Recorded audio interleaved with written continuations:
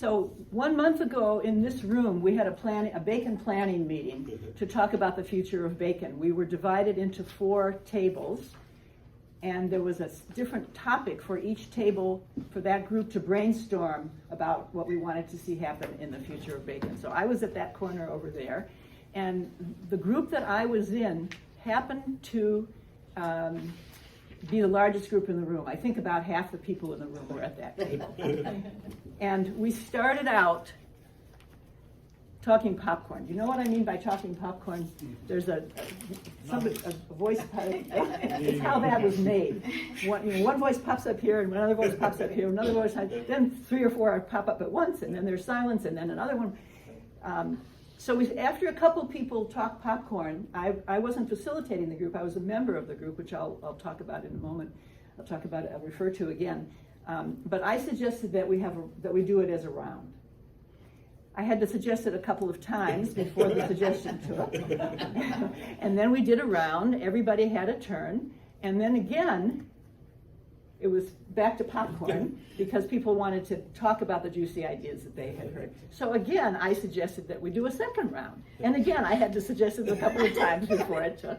But what happened at the end was that everybody had at least one turn, most people twice, because in a round you have the option to pass, and some people passed if their ideas had already been said. We had a ton of new ideas. We were relaxed and energized at the same time, and had all these creative ideas, and it was great. So afterwards, several of us were standing around talking about what had happened, and a couple of people were asking me questions about rounds, and somebody, I don't even remember who it was, who said, that would be a good topic for a life hack. So that's what led to this presentation. So let me say at the outset, 10 minutes is really short. If you've ever done a life hack, you know that. I have a one-page PDF that I will be putting on the website, on the Bacon website, with a list of resources, including 3 articles that I have written about rounds and about meetings. So you can go there, and those articles have almost everything I'm talking about in this presentation are in one or more of those articles with references included. And if you want it before that, just you can send me an email. My email address is there, Sheila@MyersonConsulting.com. You just have to spell Sheila and Myerson correctly. Good luck with that one. Yeah. Or find me, or send it through LinkedIn. Okay, so in a round, every participant gives input in turn with no group dialogue. You can pass if you want, if your ideas have already been said. And in fact, you're doing the group a favor if you pass, because we don't have to, it saves time if the ideas have already been out there. But there's no interruption, and there's no crosstalk. So why do that? I think in meetings, think about 2 aspects of meetings. One is, does everybody get a chance to talk? And the other is anybody listening? So those are the 2 things that I'm always weighing. In most I'm sure we've all been to plenty of meetings where a few people talk a lot, and some people never say boo. And we're losing a lot of ideas that way. Oftentimes the quiet people, some of us talk readily in groups. I happen to be one of them. Some of us talk less readily. Oftentimes the quiet people have the best ideas, because they've been sitting, paying attention to bacon. And we want to hear those ideas. So that's one thing. Everybody gets a chance to talk. But the other question is, who's listening? So if I'm sitting in a meeting where people are talking at once, maybe arguing with each other, I'm busy thinking. When I'm listening to that person, I may be listening. If it's something that we have disagreement about, I may be listening just to think about, what am I going to say to prove myself right and prove them wrong, or what am I going to say next? I'm also looking at the group thinking, okay, when am I going to get a chance to talk? Am I going to get a chance to talk? How should I know that I tend to talk readily in groups, sometimes too much, and so I'm constantly monitoring myself in the group, like, When should I try and get the facilitator's attention? Should I sit back and wait for other people to talk first before I talk, or should I lead off the discussion? That's taking a lot of my attention, and I'm less able to really listen to the person. When I didn't even know I had advanced it. Okay.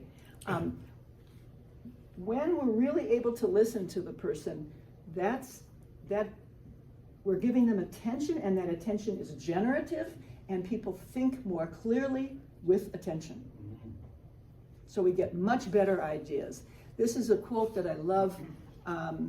This is a quote from a book that I love by Nancy Klein, and I'll give this in the list of references.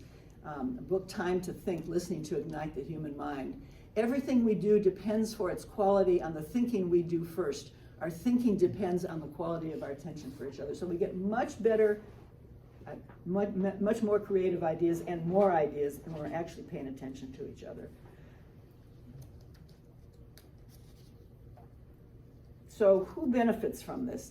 The surprise, I expected, I expected that people who talk less readily in groups would benefit. The big surprise to me when I started using rounds regularly was how much I benefit, because it reins in my tendency to talk too much. And I don't have to be monitoring that. It's taken care of. And I can sit back and relax and really listen to other people, rather than thinking about what I'm going to do next. And I've talked to other people who talk readily in groups who report the same thing. Okay, so when to use it? There's lots of chances to use it. I'm focused here on some kind of organizational meeting, but it could also be in a family, which is the type of organization. I know families who use rounds to plan meal menus, to plan family vacations, all sorts of things. So the first thing is a check-in at the beginning. That's a simple thing to do. The easiest way is 1 or 2 sentences about how you're doing coming into this meeting. It gets us connected, and we learn information about each other that may be relevant to the meeting. And then a checkout at the end. And you can vary the check-in questions and vary the checkout questions. The most common checkout question that I like to use is, what went well about this meeting? What would we like to improve for the next meeting? It keeps us connected again at the end and helps us keep improving in our meetings. And then you can use it for lots of different types of agenda items in between. The first one listed there is to generate ideas about a challenging topic. That's what we were doing at the topic tables last time. Okay, so why do rounds work so well? If I'm interrupted when I'm talking, my body perceives that as a threat. And I go into my safety brain. Safety brain is designed, it's not just the brain, it's also the entire nervous and hormonal systems. It's all integrated together. My safety brain is designed to keep me safe in the face of threats. It's not where I do my most creative thinking from. The connected brain, on the other hand, is the source of joy, of creativity, of love, and of and good collaborations and connections. And using a round establishes more psychological safety and makes it more likely that we are going to be operating from our connected brains instead of safety brain. There's a lot of neuroscience that documents this, and I'm only going to mention, I go into it a little bit in the first of my articles is a blog, and I go into this there with references. You can view being listened to as a form of appreciation, and it turns out that we think better in the presence of appreciation than we do in the presence of criticism. Yes, we do. And that there are actually neuroimaging studies that show that blood flow to the brain, to very specific areas of the brain, increases in the presence of appreciation. Isn't that amazing? It is. In addition, appreciation moves through the heart to stimulate the brain to work better. That's studies from the HeartMath Institute. And then there's a whole body of work about collective intelligence, which is how smart a group is. And there's specific measures of it. And the more equality there is in conversation turn taking, the higher a group's intelligence. And rounds increase the quality of turn taking. So on all those accounts, rounds are really useful. I'll get to that in a minute. Okay, so if the payoff of using rounds is enormous. We get everybody's ideas, and I'm thinking, excuse me, I'm thinking of, so part of my business, I facilitate meetings, I teach facilitation skills, and I coach groups in how to have more effective meetings. How much time do I have left? If you could expedite it. Okay. Out of time. Not to interrupt. Okay.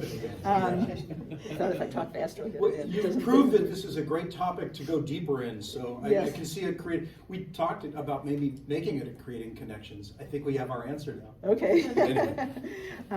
So I think of one group that I coached. It was it was a team, and it happened to be a nonprofit. And there was an administrative assistant in that particular team that I was coaching who was African American. Both the team and the organization as a whole were quite diverse racially, so that's okay. But she spoke, she was one of the people who spoke up not so readily in the group. And whenever she did, her ideas would completely shift the whole discussion, because she had such good ideas. People wanted them, but she didn't. She was pretty quiet in the group. After a few months, it didn't happen overnight, but after a few months of my coaching this group, the group was getting a whole lot more done, and she was speaking up regularly, including sometimes volunteering to initiate a round where everybody was like, whoa, the first time that happened. Her boss happened to be a white woman who was like me, knew that she spoke too much in groups, and the executive director also loved it because it kept her from doing that. It's easy to wrap it up. Okay, I'm going to give. Well, I won't. You'll have to read one of my articles for tips for how to do them. But I want to end with a quote. This is one of my favorite quotes from John Fox. When someone deeply listens to you, your bare feet are on the earth, and a beloved land that seemed distant is now at home within you. So Wow. Isn't that lovely? Yeah. So I wish you enjoyable, relaxed, creative, productive meetings. And many happy Thank rounds. you.